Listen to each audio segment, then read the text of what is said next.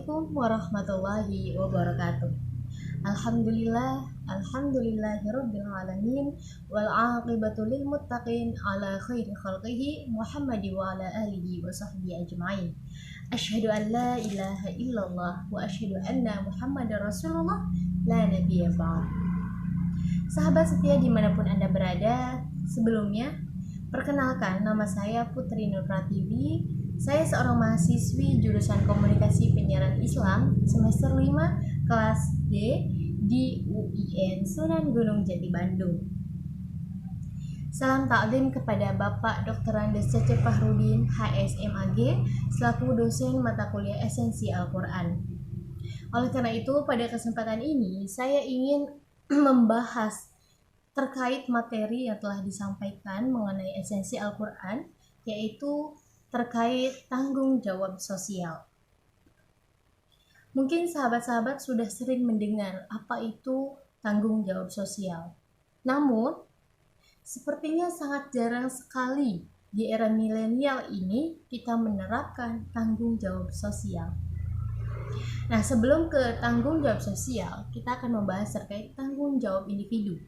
Ternyata setiap individu itu memiliki tanggung jawab masing-masing. Nah, di antaranya Allah Subhanahu wa ta'ala telah menghendaki kita ini hidup di dunia ini.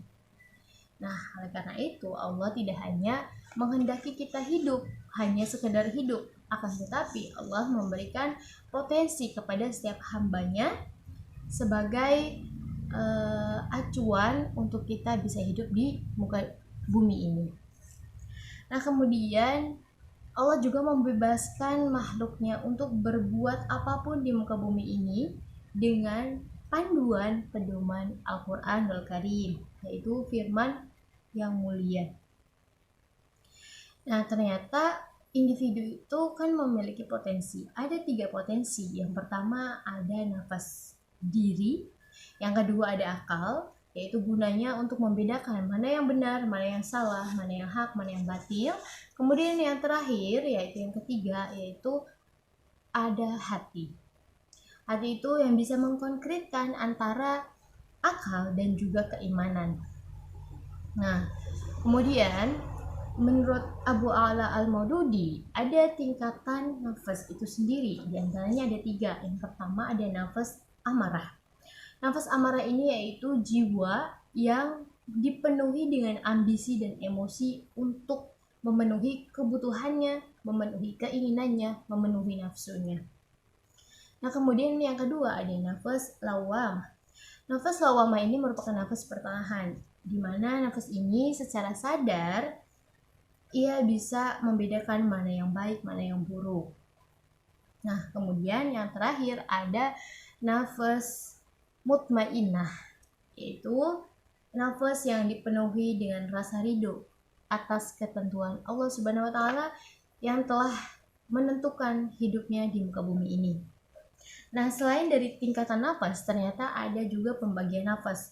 Ada 8 pembagian nafas. Yang pertama yaitu nafas amarah. Nafas amarah ini merupakan nafas yang masih belum paham, yang masih belum bisa membedakan mana yang hak, mana yang batil. Kemudian yang kedua ada nafas lawamah, yaitu nafas yang memiliki keinsyafan dan juga penyesalan ketika berbuat maksiat. Namun nafas ini masih condong terhadap perbuatan kemaksiatan, masih sering melakukan maksiat. Nah, kemudian yang ketiga ada nafas musawwalah. Jadi nafas ini merupakan nafas yang bisa membedakan mana yang hak dan mana yang batil. Akan tetapi nafas ini masih condong kepada perbuatan jahat, jadi masih sering melakukan perbuatan jahat. Kemudian yang keempat ada nafas mutmainnah, yaitu nafas yang mendapatkan tuntunan, mendapatkan pengarahan, lalu menggunakan akalnya untuk mempertimbangkannya. Jadi untuk mempertimbangkannya, ia akan menggunakan akalnya. Nah, kemudian yang kelima ada nafas mulhimah, yaitu nafas yang dikaruniai ilham dan juga ilmu. Yang keenam ada nafas radiyah, yaitu nafas yang dipenuhi rasa ridho kepada Allah Subhanahu wa ta'ala. Kemudian ada nafas mardiyah. Nafas ini selain ridho, ia juga mendapatkan karomah. Dan yang terakhir ada nafas kamilah, nafas yang sempurna. Jadi ia bisa menjalankan irsyad dan juga menyempurnakan mursyid. Nah, itulah pembagian dari nafas. Nah, kemudian ada tabiat manusia, yaitu watak. Ternyata ada 4 watak. Yang pertama watak bahimiyah, wataknya binatang jinak. Kemudian yang kedua ada watak sabu'iyah, yaitu wataknya binatang buas. Nah, tadi yang pertama bahimia, watak binatang jinak. Yang kedua adalah subu'iyah, watak binatang buas. Kemudian yang ketiga adalah watak syaitoniyah, yaitu wataknya setan. Dan yang terakhir ada watak rububiyah, yaitu watak yang dipenuhi dengan sifat-sifat keilahian. Nah, kemudian jadi tingkatannya ada nafas, diri.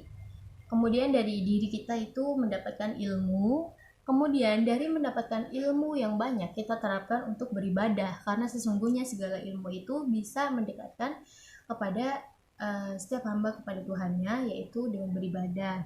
Kemudian setelah ibadah akan muncul ridho atau mutmainah, ridho atas ketentuan Allah yang telah diberikan atau yang akan diberikan kepada umat manusia. Nah, kemudian yang terakhir adalah muttaqin, bertakwa kepada Allah Subhanahu wa taala. Nah, hal tersebut, muttaqin ini yang membedakan antara manusia satu dan manusia lain di hadapan Allah. Dan kemudian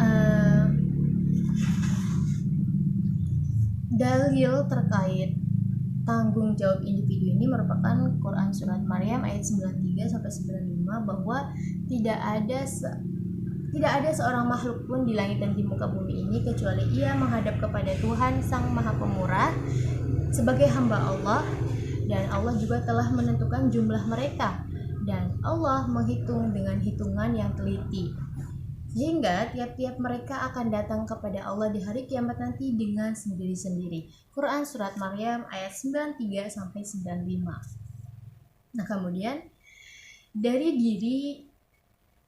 tanggung jawab diri akan lahir tanggung jawab keluarga, lingkup kecil, kemudian lingkup besar ke masyarakat, yaitu sistem. Nah, oleh karena itu muncul tanggung jawab sosial. Nah, menurut Quran surat Ar-Ra'd ayat 11, bahwasanya potensi perubahan itu ada dua, yaitu perubahan manusia yang dikehendaki oleh Allah yang pertama, dan yang kedua adalah perubahan manusia yang dikehendaki oleh manusia itu sendiri gitu. Jadi manusia itu sendiri yang menentukan dirinya mau berubah apa tidak gitu. Nah, mengenai dalil tanggung jawab sosial itu, yang pertama tadi Quran surat Ar-Ra'd ayat 11, bahwa innallaha la yughayyiru ma biqaumin hatta yughayyiru ma bi anfusihim. Sesungguhnya Allah tidak akan mengubah suatu kaum sebelum kaum tersebut mengubahnya sendiri. Quran surat Ar-Ra'd ayat 11. Kemudian ada Quran surat Al-Anfal ayat 25. Bismillahirrahmanirrahim. Wattaqu fitnatan la yusibannal ladzina zalamu minkum khassah wa'lamu annallaha syadidul iqab. Dan peliharalah dirimu dari siksaan yang tidak hanya menimpa orang-orang zalim di antara kamu saja, dan ketahuilah siksaan Allah itu sangat keras. Nah, demikian dalil yang membuktikan bahwa adanya tanggung jawab individu dan juga tanggung jawab sosial. Oleh karena itu, cukup sekian dari saya, kurang lebihnya mohon maaf. Wassalamualaikum warahmatullahi wabarakatuh.